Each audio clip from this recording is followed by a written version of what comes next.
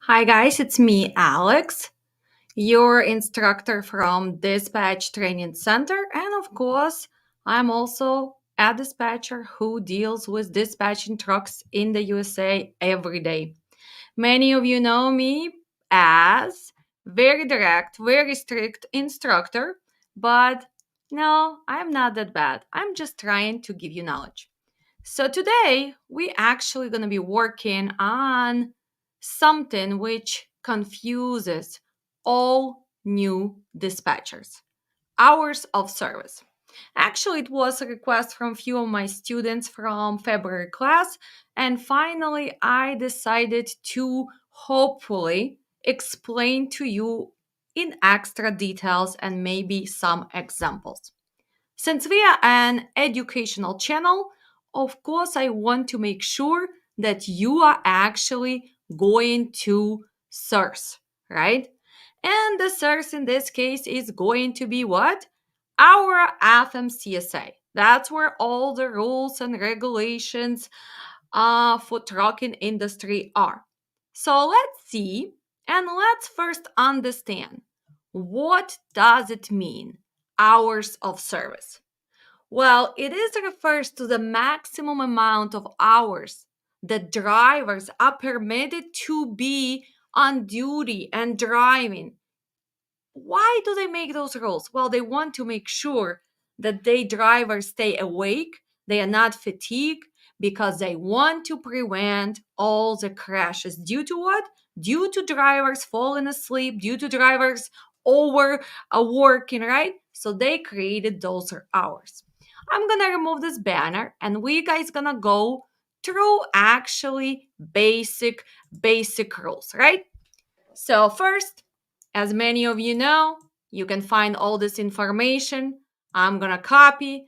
I'm actually gonna put in the comments for people who would like to actually go ahead and learn more. So you guys have that link. And I do believe it stays there in the comments after we're done. For some of you who've been in my classes, you guys know that this is posted on YouTube and you guys can come back and rewatch.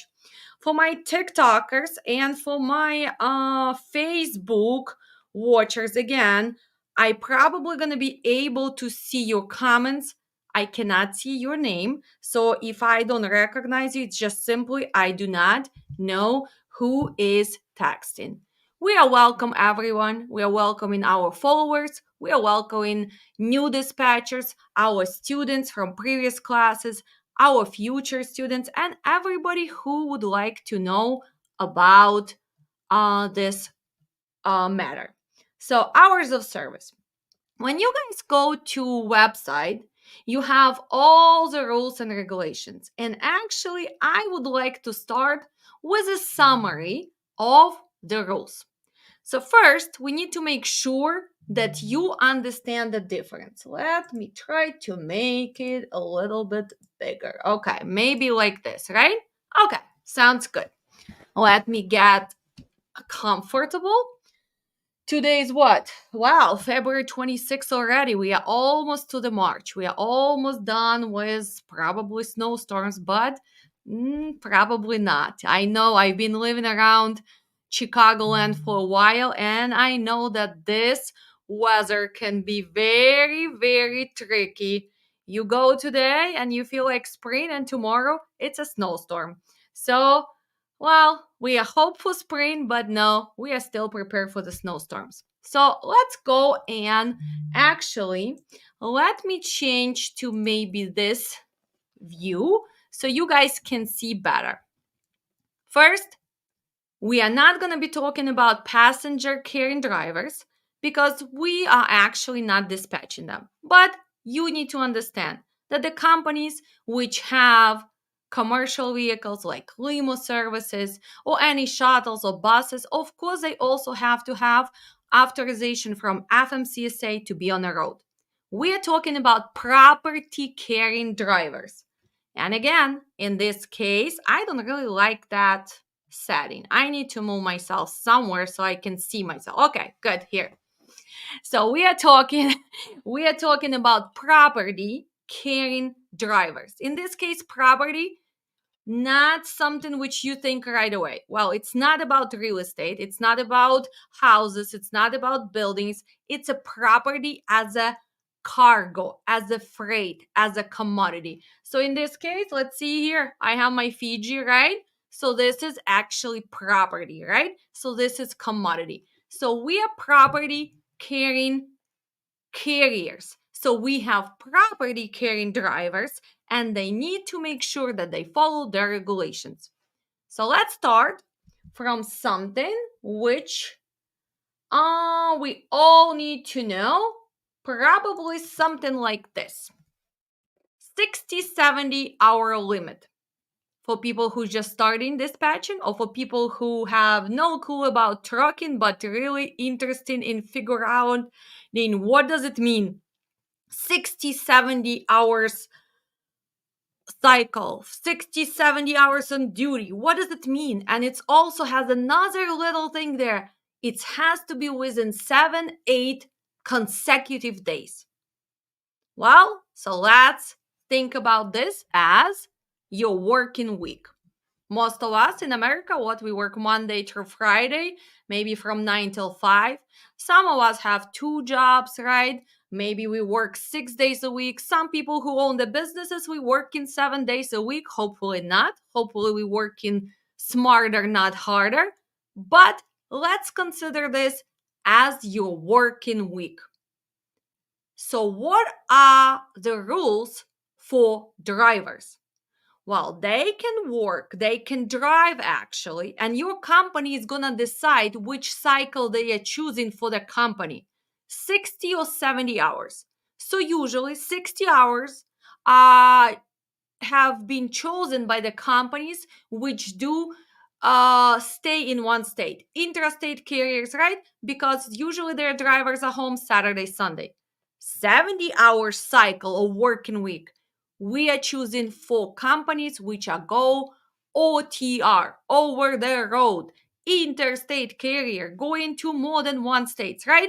So we're just repeating some terminology because as a new dispatcher, as a person who are in trucking, you need to know that simple terminology. Intrastate, one state, interstate, more than one state. Okay, you guys know this already. So when we have those 70 hours, because I'm going to talk about big boys, I like to deal with the big guys in this business, guys who go all over the country because they want to make money. So when they are driving, their 70 hours is their working week within 7 or 8 days. So usually when we're choosing 70 hours, we also choosing the 8 days, consecutive days. So after they finish that 70 hours of driving, let's not confuse this with other little details which we're going to be discussing just in a second. They have to do mandatory restart, 34 hours. That means that your truck cannot be moving. That means that your truck has to stay on parking or wherever you stop. Hopefully it's truck stop. Maybe it's your parking where you usually park the truck. Maybe you have to do that restart somewhere on a shipper or receiver. Hopefully not. Hopefully you and your dispatcher count the hours. But doesn't matter which state you are in, doesn't matter which truck you're driving, if you are driving fancy Volvo, if you are driving just Freightliner, if you're a big guy with a Peterbilt, I don't care what type of trailer you are carrying, flatbed, step deck, Conestoga, drive-in, reefer, whatever it is. Maybe you are actually carrying cars or you are driving a box truck. I don't care what you're driving, but after you finish those 70 hours of your working week, you have to stop for 34 hours. And we call this restart. So what happens after you finish that restart? Well, you are getting the new cycle. You are getting your new 70 hours. Well, that would be very easy, but then we need to break those 70 hours in our working days. So let's go to general public, anybody who works from 9 to 5. This is their working day. Usually people work 40 hours in America, right? So Monday to Friday is their working week. So back to trucking. We have cycle 70 hours, and every day we have our working day, which we call shift. So look at this. Hopefully you can see. We have 14-hour shift. So our working day is consistent of 14 hours, and we call this shift. And driver can only drive, moving the truck from those 14 hours. He has 11 hours to drive. So right here, if you have logical thinking, when you ask me how many miles the max driver can drive in a perfect conditions when he's not wasting his hours for loading and unloading, let's figure that out. So we have 11 hours. Well, let's add extra few rules. We also need to make sure that drivers has 30 minutes break, and we cannot divide. It has to be consecutive 30 minutes. We also need to do pre-trip inspection. So approximately, let's say hour is gone. So in a perfect conditions, when you are not dealing with the snow, when you are not dealing with the traffic, when you're not going loading and unloading on that day, your driver is actually, if he is pushing himself and he's using every second to drive, let's say that he can do magically and possibly 10 hours of driving. It depends on the state where we're going through. Pay attention, we have a different speed limits in different states. So it's also going to affect how many miles he can drive. We also going through the big mega cities, right? So if you're going to be dealing with traffic in Chicago, if you're going to be dealing traffic in Atlanta, if you're going to be dealing with a New York traffic or New Jersey traffic or East Coast traffic, well, probably from those 11 hours or 10 hours, which we calculated, you probably gonna sit in the traffic a little bit longer than if you are driving through North Dakota, Montana, Wyoming, Oklahoma, or maybe Texas, where the speed limit is higher. Let's talk about California. In California, speed limit is 55. Look at that. Right there, you're already losing approximately from 8 to 10 miles per hour legally driving, right? We're not talking about speeding and going like crazy. We're trying to figure out logic for new dispatchers and seasoned dispatchers so we can calculate transit correctly. So let's take 10 hours and let's average out from 55 or maybe 40 in the traffic to you going 75 if your company did not actually put little thing as, well, we govern your truck to 60 to 65. Most companies will govern your truck. So approximately 60 to 65. So let's say you at 65. So even if you'd like to speed, you're not going to be able to speed because your company governs that speed on your truck. And most of the drivers get pissed. They call you and they ask, I am looking for a new job. Okay, buddy, let's go through your MVR. Let's go through your PSP. Let's go to drug and alcohol results. Let's see. And then the question is, do you govern your trucks? Well, as a company owner, I learned it hard way. Yes, I do. And most of the mega carriers do. Why? Because we want to prevent those accidents, because after a while, it's not worth it.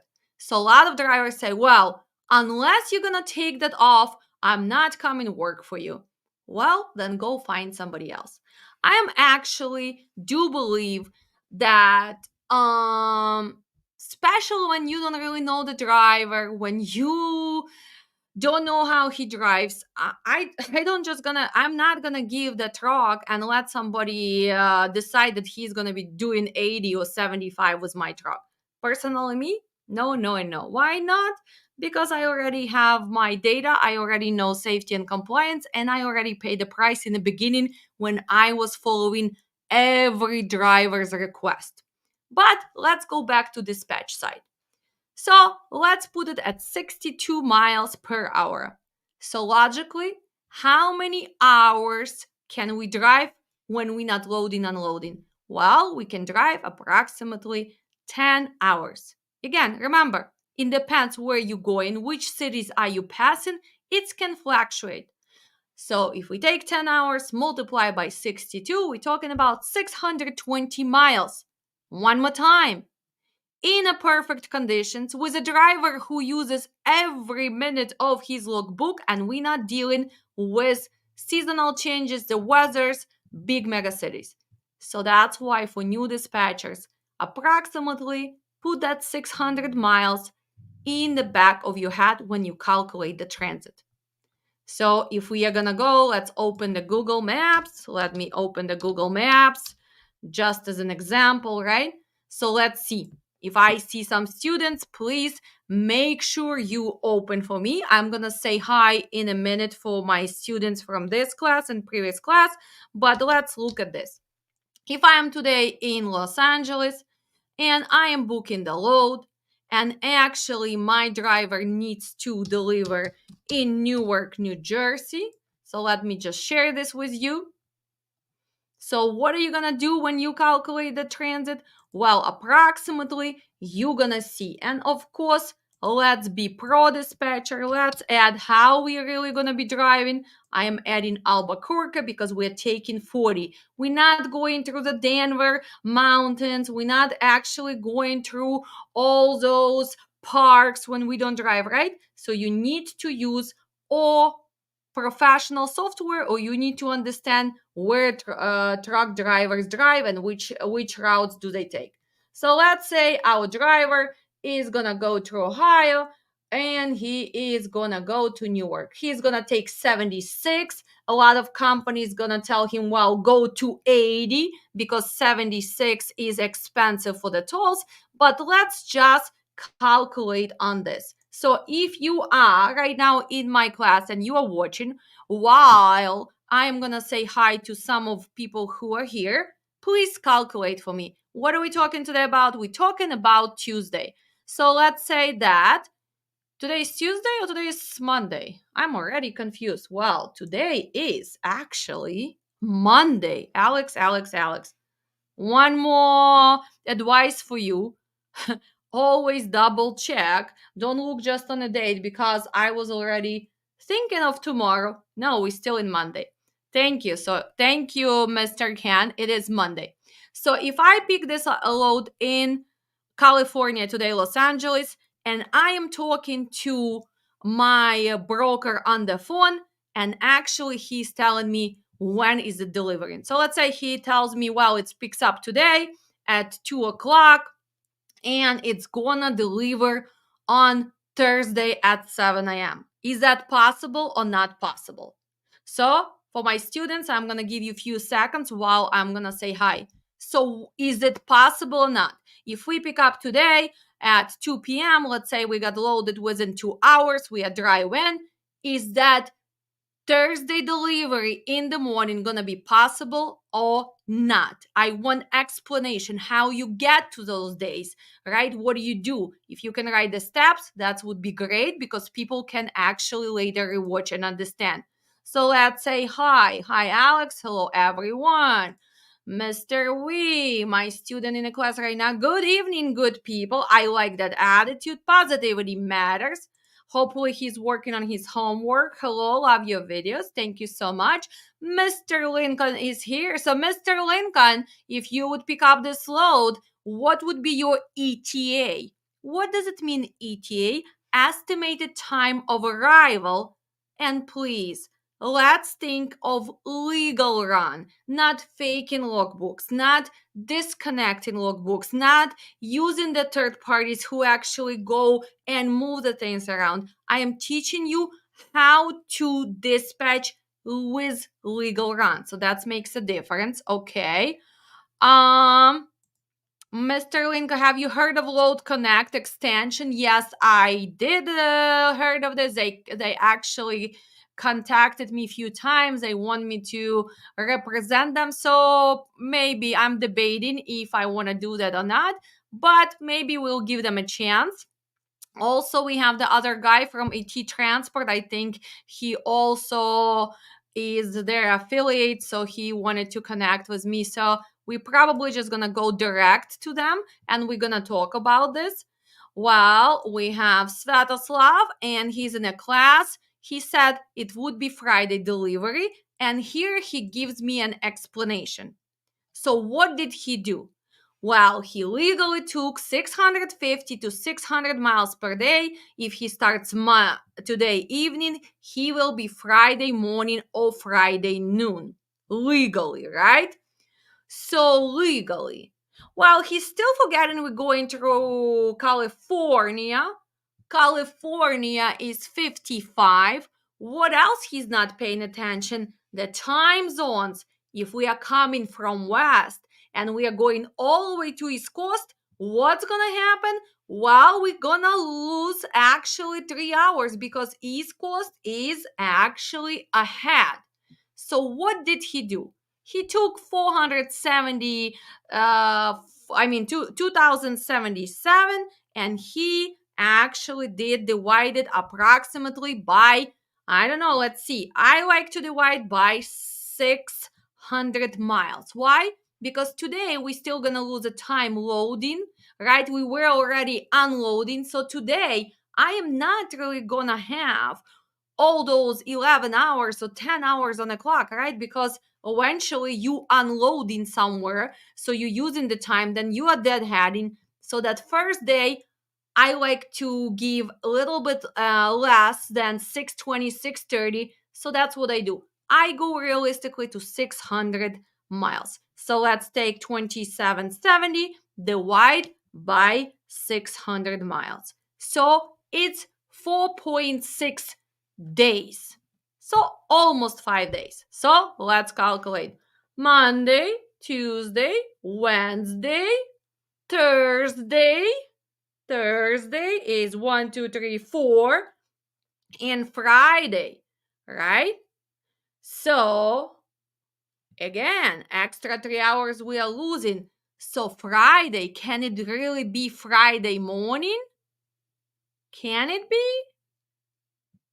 Well, probably not. So that's why you have to be realistic. If you're gonna get loaded at 4 p.m., well, you probably gonna be facing again, if we don't have any snow, if we don't really gonna get stuck in any traffic, probably realistically Friday afternoon, noon afternoon. And we are talking about legal run. So as a dispatcher, do you need to at least be able to calculate that transit? Yes, you should. So when your driver is actually gonna get dispatch, he's not gonna get pissed at you, because if you agreed to the broker to deliver this on Thursday, even Thursday afternoon, well, this is not possible. If you agreed to deliver this 6 a.m. in the morning on Friday, well, it's going to be very, very hard for driver. And that's when all that fakiness start, right? Yes, physically, some drivers, they can drive more than 10 hours. Some drivers can drive 15 hours, right? But we're talking about legal transit. And you as a dispatcher, you have to understand this while you're talking on a phone with a broker. And believe it or not, you're going to have a challenges with the brokers, because most of them, they don't even understand the rules and regulations. The good experienced broker for the transit like this, cross country transit, what's going to happen? Well, first, he should ask you, does your driver has the fresh hours? Because let's look at this. If your driver will pick up this load and go all the way to Newark, look, the Google shows you 41 hours. But this is for not really trucks, right? So what I like you to do, well, we are talking about what? 4.6 days. So add extra 2 hours per day. So approximately we are talking about an extra 10 hours, right? Because we are truck. We're not really flying. We will need to do the rest. We will need to do PTIs. We will need to do fuel. Sometimes we're going to spend time to find that parking on the truck stop. So now that 41 hours actually becomes 51 hours. So when the broker is asking you, does your driver has a fresh hours? He's not just asking, does he has hours for today? Because for today, he might still have brand new shift. He can still drive 11 hours.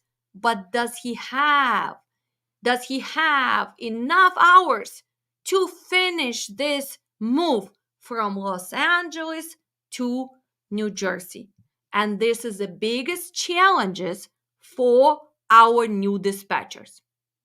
So let's pretend that in this case, the first case scenario, we did have the brand new cycle because our driver, maybe he lives in Los Angeles, or maybe he got there Saturday night or Saturday afternoon. His delivery was today. His delivery was today in the morning. So when he got there Saturday, he actually went off of duty and started his restart. He did not move his truck for 34 hours. In the morning today, he got his new 70 hours. He delivered the load. He made this deadhead. And now he still have enough to finish this transit. So let's think logically. If everything kind of almost to our scenario, how many hours will we have on that Friday left to the end of our cycle? Remember, we are having 70 hours before we have to do another restart. So if we are taking off 41 hours plus that extra 10 hours, so 2 hours extra per day, so we are actually going to use approximately 51 hours. So, my dear students, how many hours we going to have on Friday afternoon after we deliver that load on our cycle before we finish before we're gonna start the new restart? How many hours? So what do we do in this case? We take 70 minus 51, right? So let's look at this. If we have that scenario and on Friday we are looking to book another load, is that gonna be important to predict how many hours you still have? So let's say 19 hours. And you are booking load with picking up on Friday, and let's say it has to deliver to Kansas City. Kansas City, Kansas. Okay, let's look. So now, let's look at these details. After you pick up that in Newark, and hopefully you are eliminating deadheads, right? You will need to have, look at this, 18 hours. But this is on Google. So we are talking about what?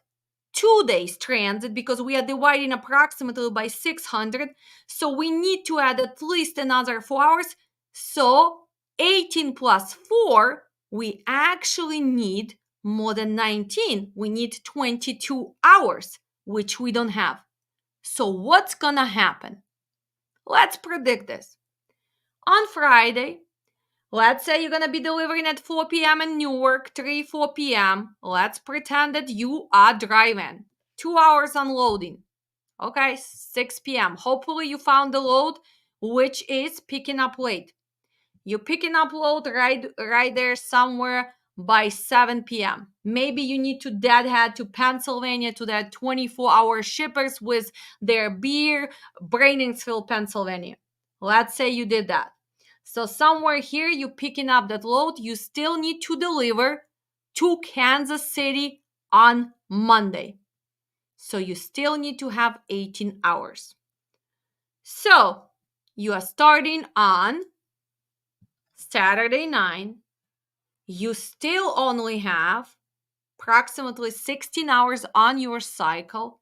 You actually need 22 to do this transit. So what's gonna happen? So you're starting to drive. Driver has to sleep. We're gonna go there to that rule. He sleeps for 10 hours, so he starts early on Saturday. Well, he only can drive 10 hours. So he's gonna drive that 600 miles Saturday. He's gonna go to sleep for 10 hours. He drives on Sunday, and boom, he needs to do restart for 34 hours. Is he gonna be able to make it all the way to Kansas City? No, he's probably approximately gonna be somewhere here in St. Louis, Missouri. On when? On Sunday night.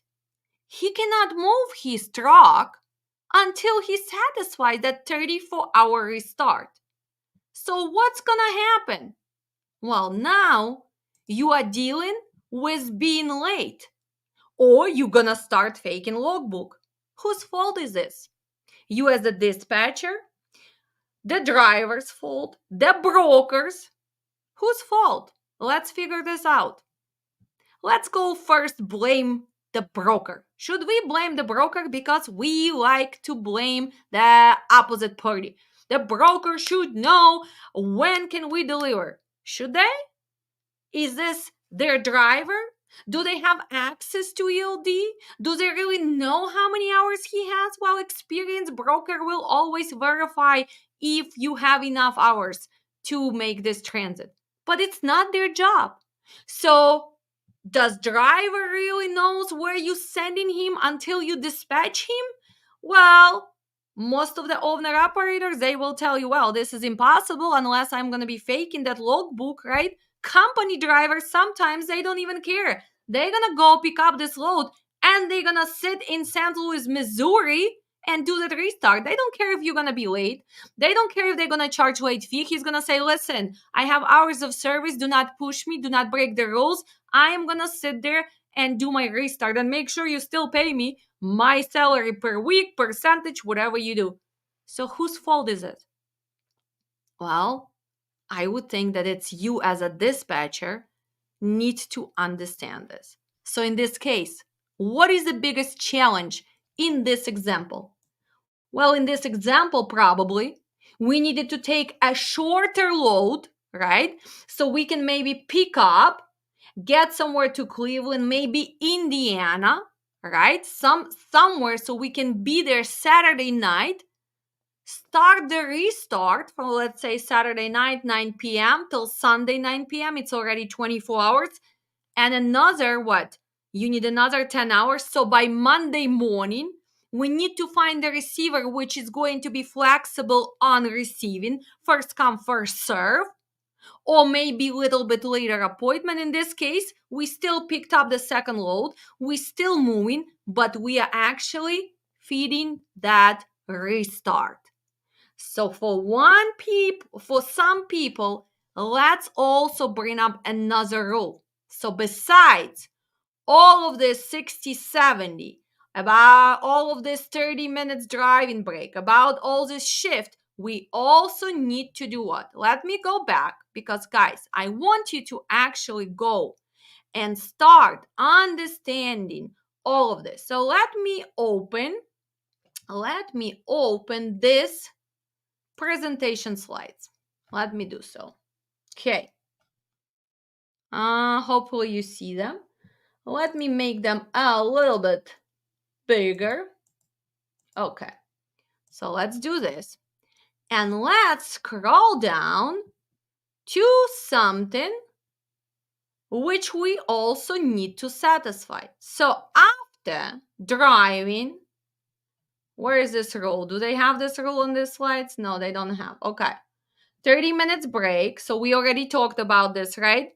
So the previous rule was that you have to be off duty in a sleeper berth and you had to be 30 minutes break. Now you can do the 30 minutes break off duty or sleeper berth or on duty but not driving. So a lot of drivers satisfy that 30 minutes when they're fueling, right? Because they already not driving, they're fueling. So that saved them actually that 30 minutes. Plus, you need to remember the rule that you cannot take 10 minutes, 10 minutes, 10 minutes. Look at this. It has to be consecutive, right? So you can have 10 minutes of duty plus 20 minutes on duty but not driving, but it has to be 30 minutes consecutive break to satisfy this rule. Can yard moves or roadside inspection count towards the 30-minute rule? Well, look at this. Yard move, yes. And road inspection, yes. Because again, what? We're going back to the logical rule. You not moving your truck. But I don't really see on this, okay, sleeper burst. Okay, here you go. So, besides all these rules, FMCSA tells us after you finish your shift, 14 hours, from 14 hours, you can drive 11 hours. From that, you also have to have 30 minutes break and PTI per trip inspection. You need to make sure that you sleep for 10 hours and then you can start the new shift. Mandatory, you have to sleep for 10 hours. But then also they make the different two rules. You can actually satisfy this with what we call sleeper burst provision, right? So we can divide that sleep in two different breaks. We can divide 8 and 2 and 7 and 3. I actually don't really like this slide. I know that I had a better one. I don't know if I can find it or not, but let me just explain to you, I guess, with my hands. So we start in the day, our working day, 14-hour shift. We can legally drive 11 hours from that shift. From that 11 hours, we need to satisfy 30 minutes break. Consecutive. It can be in sleeper mode, it can be off duty, it can be on duty, but when the truck is not moving. Again, examples on duty, truck is not moving due to what? Fueling, due to inspection on the road, due to yard move. Okay, after you finish your shift, mandatory, you have to sleep for 10 hours. But then we have two extra rules. One of them we had for years, which was 8 and 2 hour sleep. Sleeper burst. That's what we call it. So what does it mean? Let's say Mr. Lincoln is actually going to drive for 8 hours and then he's delivering the load. He's going off duty. He changes his status because he's a reefer. He knows that actually they're going to take forever. He's delivering to Americold. Or he's coming to Chicago and he's delivering to USA Foods. Or maybe he knows already that his shipper or receiver is going to take forever. He goes off duty and he stays there for more than 2 hours. Well, what he can do, he can use those 2 hours as a part of his 10-hour sleep. So now he keeps going with his day. He giving like to me and everybody else. He's making his videos. He's educating everybody. He fights with his family, other people, right? He's actually very active on the Facebook and I love him for that. I love his sense of humor, whatever he does. But finally, he's out of the hours for today. Well, how many hours does he has to sleep? Remember, if he did not had any off-duty hours, he has to sleep 10 hours. But he's smart, so he already had the 2 hours when he was loading or unloading. So now he only has to sleep for 8 hours. Is that gonna help him in the long run? Well, yes, guys, because look, he's kind of getting 2 hours faster. 2 hours multiplied by 62, so it's actually approximately 120, 130 miles that he can actually catch up next day if he maybe needs to be at some delivery, right?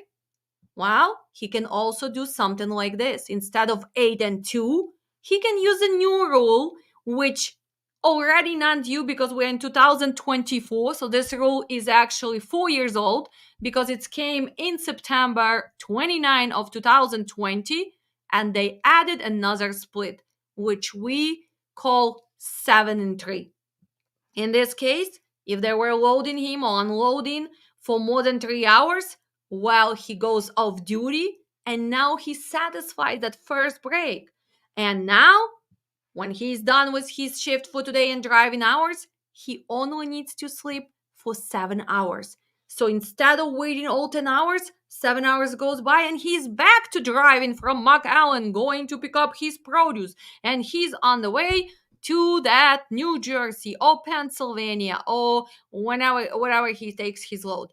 So do you see how you as a dispatcher have to be on actually schedule kind of with your driver, and sometimes you need to educate your driver, tell him, please go off duty, let's satisfy that 2 hours, let's satisfy the 3 hours. Because why? Because we need to make sure that we gonna be there on time. We need to make sure that we keep moving. And guys who've been driving for a while, guys who are professional drivers, well, they gonna do it without you even looking at this. But a lot of times, as you are a new dispatcher, we have a lot of drivers who don't really use those rules, who don't really understand how that's gonna benefit them. So you as a dispatcher have to satisfy them, right? And you can actually help them to make these little changes. So that's the rules about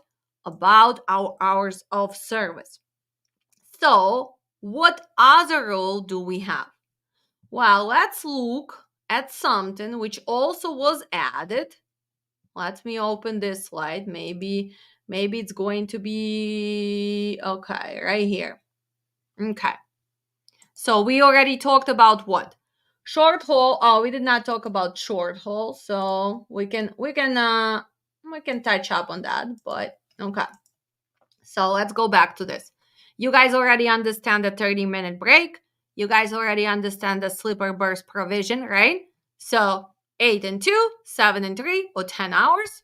And now something which was added and was actually, we had adverse driving condition, but they kind of put in a different wording, and it's going to help you to actually manage those transit better. So let's look at that adverse driving condition exception, right? So let's find it. We're going to come back to that short haul just in a second. But let's see. So what does it mean? Adverse driving. So let's kind of think about our shift. So our shift is 14 hours. We can drive 11 hours. So when we are actually experiencing adverse driving conditions, we can extend our shift and our driving by 2 hours, right? Wow, everybody's gonna say, I am gonna use this every day, because I can extend my shift by 2 hours. I can drive extra 2 hours. And look at this. But you need to understand. So what changes were done in the rule? So let's go back here. Sorry, guys, it's kind of hard for me because I have all these screens. You are here. That screen is here. I cannot really see well in front of me. So hopefully you're still learning, right? I'm trying my best. Okay. So the previous rule said that adverse driving condition means snow, sleet, fog, or other adverse weather conditions, a highway covered with snow, ice, or unusual road and traffic conditions, none of which were apparent on the basis of information known to the person dispatching the run at the time it was begin. Read it one more time so you guys can comprehend, right? And what was changed? Well, look at this.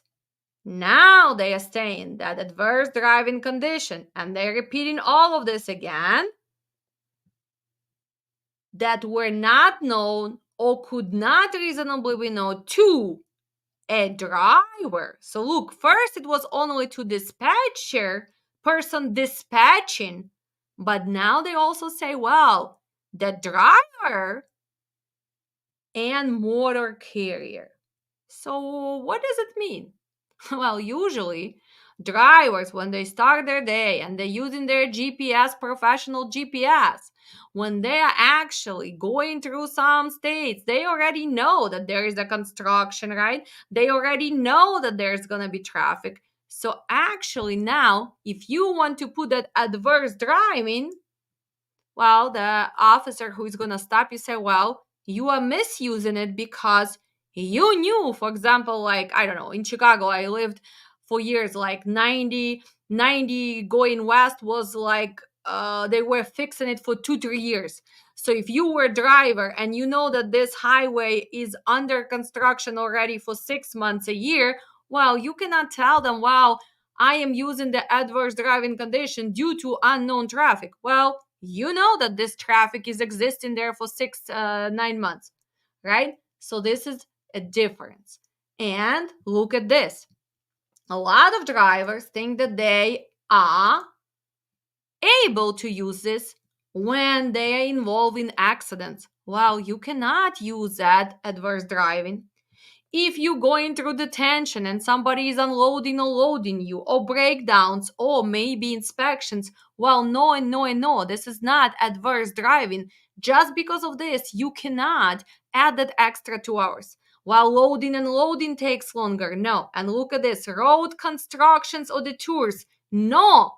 And read careful, except when the driver could not reasonably know about the construction or the tour prior to driving. Okay, so now as a new dispatcher, do you remember that mostly we can use it legally when we are dealing with the snowstorms, when you are involved in a big accident, when a lot of trucks and cars are staying, right? We can use that. When we are actually dealing with maybe rain or fog or something which is extreme weather, but we cannot just decide and use it every time we are late for delivery, right? So this is adverse driving. I don't know. Should we go through the short haul exemption, or you guys are good on this? Well, let me have a sip of water. And please, if you have questions, ask me now. If you want some examples, ask me now, because I don't think I will be coming back to hours of service, because you guys need to learn it and you need to understand as a dispatcher how to calculate.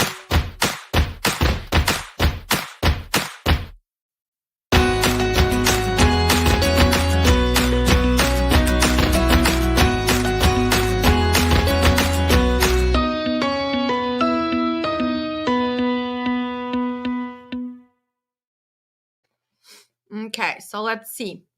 Any questions? So, okay, let's see. Mr. Lincoln was answering that it's going to take 5-6 days. Okay, so my student calculated 27.6, round up 1 day, so 5 days. Well, Svetoslav finally realized that we are losing time because we are going from west to east. Well, too close for the Friday morning, right? Yes, we did figure out that it's going to be Friday afternoon. Good job. Traffic is happening, right? Okay. So we were given the second example about that reload going to Kansas. And what is this? And Mr. V, of course, tells that government's fault for those rules. Mr. V, everybody's fault, right? But you're gonna be a pro dispatcher, so unfortunately you will need to follow those rules. In Armenia, drivers do 20-hour shifts 7 days a week. Well, Mr. Lee, you can also go back to Armenia and be dispatcher there, right? But you are here and you're gonna be a pro dispatcher, right?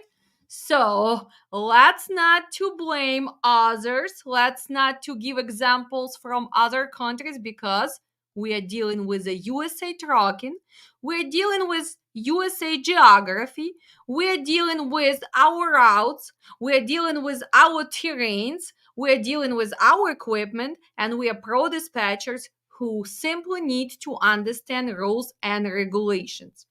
Guys, if you do not really have any other questions, I think we kind of done. But here's another thing. I really, really want you to go back to FMCSA. And guys, look, they have a really good examples, hours of service. You can actually go and read all this, right? You can actually download that PDF. In my class, my students are getting this, and you can see the examples, right? You can see examples for all of this. So there is no excuse not to understand how we calculate approximately the transit. Again, we're not magicians. We cannot predict the weather. I mean, weather, yes, we do forecast, right? We actually see when the snow's coming, so we take it in effect as well as a pro dispatchers. But we cannot predict maybe the accident. We cannot really predict shippers and receivers, although as a pro dispatcher, we're not going to certain shippers and receivers because we know that it's affect our loading and unloading. But if you guys download this and it's free, again, you don't have to pay nobody, and just start looking and reading all these explanations, finally the logic behind these rules is gonna kick in, right? And you will understand how to calculate what has to be done. So let's go back to that simple example. So if you knew what you had to do, well, you're gonna take a shorter load. Why? Because you want to fit in that restart before the Monday. So if I had my driver who only have 18 hours left, well, I would probably take him to Cleveland, maybe to Indiana right here. It depends on equipment type. Why? Because I want him to fit his restart 34 hours before that Monday delivery. So after he delivers, I can actually have again 70 hours, a little bit less because he's delivering. So I can work again, right? So a lot of dispatchers, the dispatchers who know where the drivers live, who know what the driver wants to do, while they try to do restarts at least through their cities where they live, or their friends, or their maybe they want to visit some state. Of course, it all depends on the market. We're not just driving around.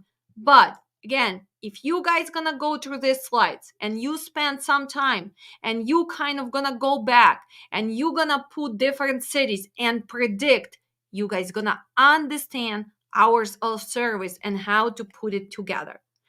Short haul exemption, well, it's something which was extended instead of 100 miles to 150 miles. Well, the rule is there that you don't have to have an ELD. You still have 14 hours, but you need to start and finish your day in the same place. So where your principal business is or where you're parking, right? And that's what the short haul exemption. So who uses that mostly? Mostly actually our box trucks or bigger trucks which go and do local deliveries, right? Because if you have to finish in the same place and you only have what, 11 hours to drive, 10 hours to drive, well, you need to go somewhere and come back. So that's short haul exemption. Also, we have agriculture exemptions and other exemptions, whatever. So just go and read. Hopefully I help you to understand how it works. Also, then we have teams, and people think, and especially brokers think, if we have a team that they do not do restarts, again, you can have a restart together as a team, or you can have a rollover restart. But every driver, after they use that 70 hours of driving within the seven or eight consecutive days, it depends on the company, right? They have to do a restart. So at some point, it depends how teams start their hours. There is going to be time where the truck cannot move. And our brokers do not understand that. They think if you're a team, you're gonna be driving, driving, driving nonstop. So let's see, is there any other questions? Well, dispatcher's fault. Thank you for understanding that we have to take blame on something like this, because as a dispatcher we need to calculate, right? So picture if you did not kind of understand the rules and you book that load, and let's say it's a reefer load and you have very strict delivery in Kansas City and there is a late fee $300. Well, first, what's going to happen? You have the late fee. Secondary, that rescheduling can take a while, and if they are busy facility, instead of Monday, now they scheduling you for Tuesday night or Wednesday night. Secondary, you have the frozen stuff on your truck now for extra day or two. So again, whose fault is this? Well, dispatcher's fault, right? So we as a dispatcher, we need to understand this. Let's look one more time on this map. Let's just remember something. Pay attention to weather. That's first. Secondary, also pay attention to where you coming from, right? So one more time, when we going through the big cities, Indianapolis, well, is there going to be traffic? Yes. If we are going through Atlanta, if we are going through Dallas, if we are going to Pittsburgh, Philadelphia, Chicago, is there going to be traffic? Yes. Then you have to pay attention how you look at that map. Do you actually know how your driver is gonna drive, or you just look at Google Maps and you trust? In the winter, we usually do not go through Wyoming. We're not really going through Nebraska. Why? Because a lot of times, due to the snowstorms, there is gushing winds and they close the Wyoming for 2-3 days. So most likely, even if we're gonna go to California, if we are doing this cross country, we actually using 40, right? Make sure you know their company policies. Do they let you go through 76, or they are asking drivers to take 80 to save on the tolls, right? If you are looking through South Dakota, North Dakota here, well, make sure that you are talking about truck. We're not going through Yellowstone, right? If you are coming from Seattle and you're going all the way through Idaho, well, make sure you have those permits and you pay attention again to what? To weather changes in the winter. If you are dealing with the south, well, pay attention. Are there any hurricanes coming up, right? So, guys, if my camera is gonna turn off, well, it's because it's overheated. So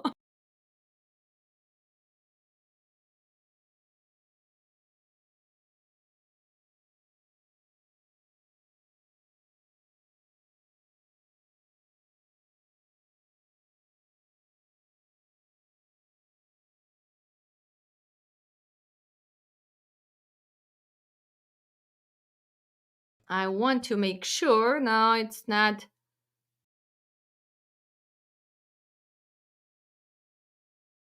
Well, guys, I probably have a 30 seconds. I want to say good night to everybody. Hopefully it helped you. Again, sorry, I should not put that extra light on top of my camera. I learned my lesson. If you go back to this and rewatch, hopefully it's gonna help you. So, hours of service, website where we have all the rules, all the slides, right? They are all very good, because they spend a lot of time and actually they renew them, so you guys can learn a lot. Also, I would like to mention for some of you, hold on, where are we gonna find it? Something which new tool, look at this, new online tool. Actually, I'm gonna send the link to you guys right now. And if you really want to learn about hours of service, you can go here and you can play. So you can start. I am starting here. I am gonna start driving here. You can select the type and you can see you're gonna be in violations or not.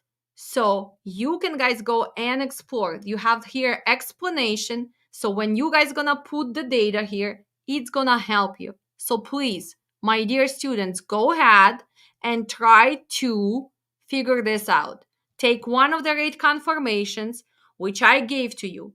See when was a pickup, start, put approximately, what are you driving and where you driving, and add the event, and you guys gonna see. So there is a drop down menu if you're doing the break or not, and then you have standard rules, and it's gonna tell you, right? So this is something which we call educational tool for hours of service, ethos. So in my safety class, we actually cover this, and for dispatchers, it can be helpful as well. Of course, I am trying not to overkill my students because they're already complaining about all this information about homeworks and everything else. But hopefully, you're going to find the time, and hopefully, you're going to rewatch, reread, practice, and one day you're going to become that pro dispatchers. I'll see you guys on Wednesday for operational course class. For everybody who is signing up for April class, everybody's going to receive the materials today and tomorrow. And of course, our beginners class, just weekend class, is coming up in March. And this is for people who just want to see what dispatch is, or actually drivers who are on the road and who maybe want to dispatch their own trucks in the future, or just see how it goes. So we have that coming up. Make sure that you remember that April is coming up. Trucking safety and compliance coming up. If you're a previous student, make sure you email us so we can give you discount. And of course, the crash course is gonna be on March 23rd. And we appreciate when you like, comment, share, and when you actually ask the questions. Well, guys, hopefully everybody's still surviving trucking. Market is down. It's not that easy, but especially if you are dealing with the dry vans, right? Market went down, but flatbed step decks is starting to actually going up a little bit, and reefers kind of the same.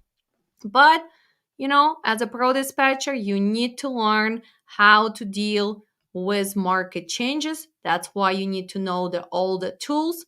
You need to make sure you know the transit. You need to know how to ask the questions, how to negotiate, and of course, make the right decision for your driver, for your company, for your owner operator. I'll see you soon, and stay tuned.